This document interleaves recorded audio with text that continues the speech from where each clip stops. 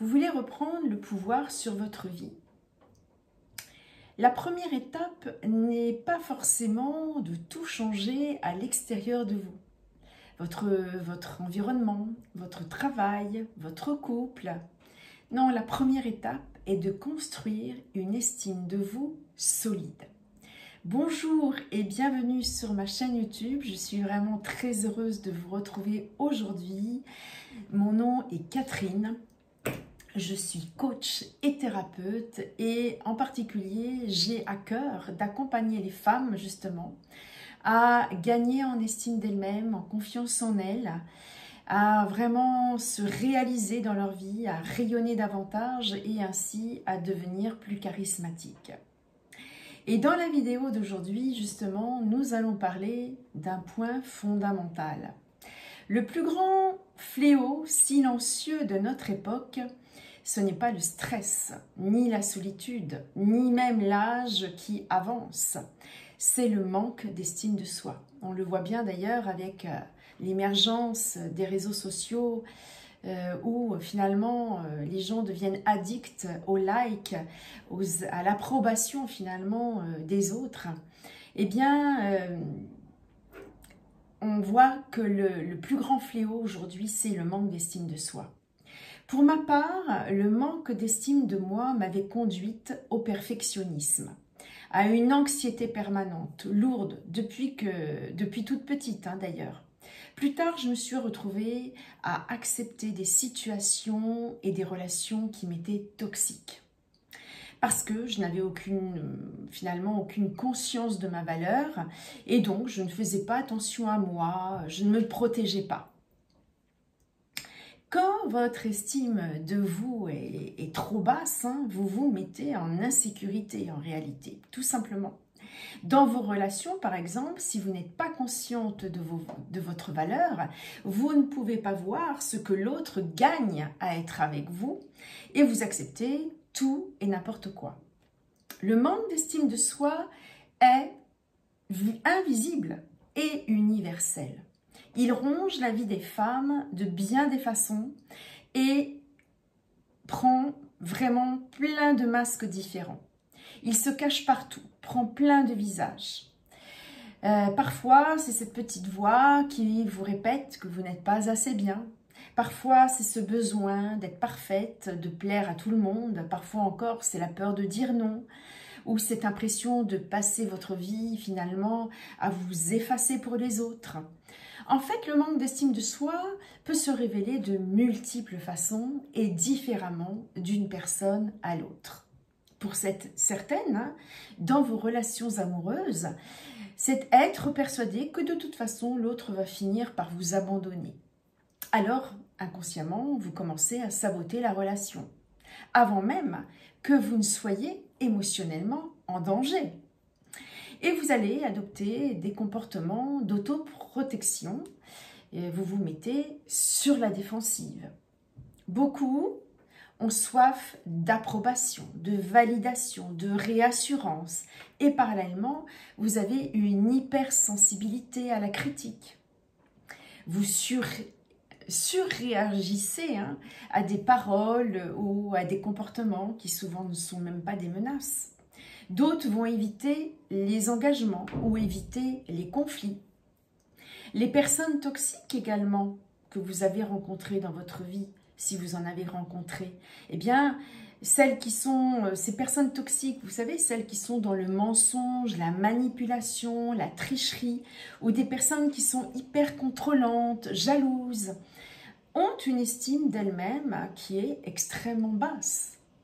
Peut-être connaissez-vous aussi des personnes qui critiquent tout, qui jugent en permanence, qui diminuent les autres ou déprécient leurs actions. Ces personnes ont une faible estime d'elles-mêmes, car mépriser la valeur des autres, ce qu'elles sont, ce qu'elles font, leur permet en quelque sorte de se rassurer sur leur propre valeur. Alors, comment gagner en estime de soi? C'est un travail qui demande patience et persévérance, mais on y arrive et c'est extrêmement libérateur. C'est bien sûr tout un travail de fond, sur les blessures, les croyances limitantes, hein, parce qu'en général, souvent, tout part de l'enfance. Mais c'est aussi changer le regard que l'on porte sur soi-même. Avec les personnes que j'accompagne, je leur demande toujours, d'ailleurs, de faire la liste de leurs qualités. Des qualités qu'elles reconnaissent avoir. Eh bien, souvent, la réponse que j'obtiens, c'est « je ne sais pas ». Je ne sais pas quelles sont mes qualités, ou pire, je n'ai pas de qualité particulière. Quelqu'un qui s'estime, quelqu'un de charismatique notamment, sait parler de ses qualités et de ses défauts, les deux. Quelqu'un qui ne parle que de ses qualités dérange, hein. Il y a quelque chose d'arrogance là. Mais la personne qui ne parle que de ses défauts, de ses incapacités, émet une énergie lourde, une vibration basse. Et elle attire ce qu'elle ne souhaite pas dans sa vie. L'équilibre est de ne pas avoir honte de ses limites et de ne pas avoir honte de parler de ses qualités. Le deuxième point, c'est le travail d'acceptation de soi. Ça n'est pas être parfait, mais c'est faire de son mieux. C'est accepter ses faiblesses, son jugement. Et puis, cette faiblesse est là, eh bien, je fais avec. Alors, ça n'est pas non plus renoncer à passer à l'action pour changer. Mais je veux changer, cela dit, j'ai conscience, je sais d'où je pars. Je sais là où j'en suis, j'en ai conscience. Et je me projette là où je veux aller. C'est donc être capable d'avoir ce mélange de bienveillance et d'exigence envers soi-même. Un peu comme si vous étiez votre meilleur ami. Un autre point très important, je sais quand je suis en difficulté demander de l'aide aux autres. C'est d'ailleurs un des symptômes d'une mauvaise estime de soi que d'avoir honte de demander de l'aide. Or, c'est dans cette interdépendance, je donne de l'aide et je reçois de l'aide, que l'estime de soi se renforce. Un autre point, le troisième, le respect des autres. Les personnes narcissiques donnent l'impression d'avoir une estime d'elles-mêmes très haute, qui se ressent d'ailleurs souvent comme une espèce de mépris à l'égard des autres. Mais cette estime de soi est très fragile. Ce sont en réalité des personnes qui, de par leur complexe de supériorité, seront très vite stressées. Elles vont avoir peur, par exemple, de ne pas être à la hauteur et donc peur de se faire piquer leur place par des personnes à admirer ou des personnes qui réussissent. Elles entrent vite dans un rapport de force, dans un rapport de compétition malsain. Et on voit cela, pas seulement au travail, on voit cela également au sein des couples. Ces personnes oublient souvent qu'au contraire, le lien social, le lien amoureux est quelque chose qui justement renforce l'estime de soi au lieu de l'affaiblir. Un autre point, c'est l'action. On ne peut changer, progresser qu'en essayant, en tentant quelque chose de nouveau. Certaines personnes ont une estime d'elles-mêmes si faible que cela a sur elles un effet presque paralysant. Alors que pour d'autres, c'est totalement l'inverse. Elles ne voient pas leur valeur, donc elles ne vont pas se protéger. Et donc, elles vont avoir tendance à risquer, à descendre dans l'arène. Et comme généralement on n'est pas armé pour ça, eh bien, on va se faire massacrer et c'est la version notamment que j'ai expérimentée. Donc là, on est dans un mode aussi auto-sabotage. Mais si par exemple, au contraire, je suis évitant, eh bien, j'évite d'aller vers les autres, de me lancer dans de nouvelles expériences, quelles qu'elles soient d'ailleurs, hein, professionnelles, sportives, ou si c'est peut-être aussi apprendre de nouvelles choses. Et donc, si j'évite je me mets toujours en situation d'éviter, eh bien je ne m'en sortirai pas. On ne change pas seulement dans sa tête, on change en se jetant dans l'action, en passant à l'action. Les évitants ont tendance à éviter justement de prendre le moindre risque. Parce que bien, si j'échoue, c'est la démonstration de mon manque de valeur ou de mon incompétence. Donc dans la vie, ça se traduit par une tendance à se sous-positionner systématiquement en évitant tout un tas d'occasions. Ça peut être une promotion professionnelle, une opportunité d'aller à l'étranger, bref, quelle que soit l'expérience. Hein, c'est comme si ces personnes se surprotégeaient pour éviter la douleur ou l'échec. Mais en réalité, elles ont une vision de l'échec qui est très dramatisée. Tant que je n'accepte pas l'idée que ce que je fais de temps en temps ne marche pas, je n'oserai rien faire. Ces personnes auront tendance à ne rien entreprendre, à ne pas tenter, de peur d'échouer. Elles se condamnent à l'immobilisme, à la rétractation, ou la rétraction, pardon, et à une petite vie. À une petite vie parce que c'est également une forme d'auto-sabotage. Le manque d'estime de soi peut conduire également à l'incapacité à prendre des décisions. Donc, on a une tendance ici à rester passive et à laisser l'autre décider. Pour ensuite, d'ailleurs, parfois, lui reprocher le résultat. Tu aurais dû, il aurait fallu. Ce qui est également une façon de se réassurer, de se rassurer, car en fait, je savais mieux faire que toi, même si je n'ai rien dit.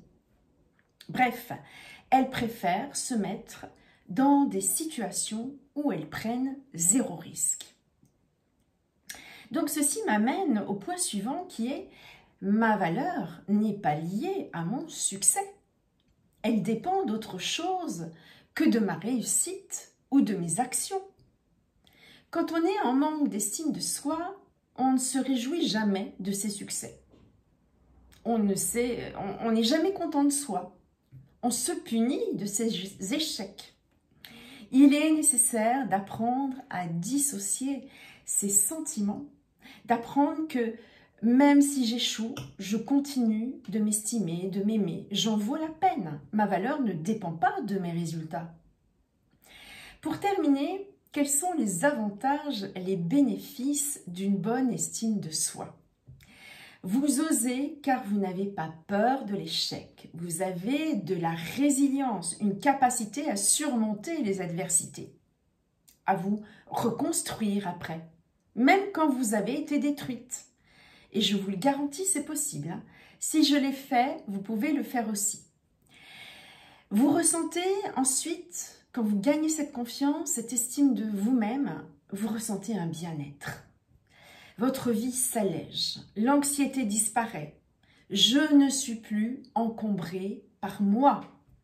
Je ne me pose plus 36 000 questions du genre « est-ce que je vais y arriver ? Qu'est-ce qu'on va penser de moi ? Qu'est-ce qu'ils sont en train de dire à mon sujet ?» Vous n'avez pas peur d'aller vers les gens ni de vous lancer dans l'action. Vous êtes tourné vers les autres, vers l'action, vers le déroulement des choses, plutôt que sur vous, en train de vous demander « mais qu'est-ce que je vaux ? Est-ce qu'on va me juger pour ça ? Est-ce que je vais être à la hauteur ?» Pour pouvoir s'oublier et se tourner vers le monde comme une personne charismatique, il faut avoir la paix à l'intérieur de soi-même. Si je suis insécurisée, si je ne m'aime pas, je vais me lancer dans la vie avec une espèce d'inquiétude de ne pas y arriver, de ne pas être appréciée. Plus une personne travaille sur son estime d'elle-même, plus elle aura cette capacité à s'ouvrir aux autres. Le charisme, c'est s'estimer et s'oublier. Donc, en résumé, 2 points importants pour en sortir. Fixez-vous des objectifs, des petits challenges, des promesses. N'en parlez à personne, car le point important ici est de ne pas rechercher la validation, ni l'approbation, ni les compliments extérieurs. L'idée est de rechercher votre propre validation, votre propre approbation et de célébrer vous-même vos propres victoires. Je suis fière de ce que j'ai fait aujourd'hui. J'avais peur, mais je l'ai fait quand même. Ou je voulais abandonner, mais je continue quand même. À force de faire cela, vous vous détachez aussi de l'opinion et du jugement des autres. Vous vous libérez de la validation extérieure, vous vous libérez de l'esclavagisme. Et l'estime de soi, ça n'est pas juste une question de confiance, c'est la base de tout. Quand elle est solide, vous osez, vous rayonnez, vous élevez votre vibration. Vous reprenez le pouvoir sur votre vie. Vous reprenez votre souveraineté. Vous devenez charismatique, vous devenez magnétique et vous attirez. Donc si vous êtes intéressé à aller plus loin, je remets le lien d'inscription à ma formation en ligne sur l'estime de soi que vous trouverez donc sous cette vidéo. Et si vous souhaitez me contacter, eh bien, n'hésitez pas à m'envoyer un petit mail. Je mets mon adresse mail également sous la vidéo. Voilà. Eh bien, écoutez, pour l'heure, je vous remercie de m'avoir écouté. Merci de liker, de vous abonner si ça n'est pas encore fait. Ça m'aide à faire grandir cette chaîne et donc à vous proposer encore plus de contenu pour vous aider. En attendant, je vous souhaite une très bonne fin de journée, une très belle semaine et je vous dis à très vite pour une prochaine vidéo. À bientôt, portez-vous bien.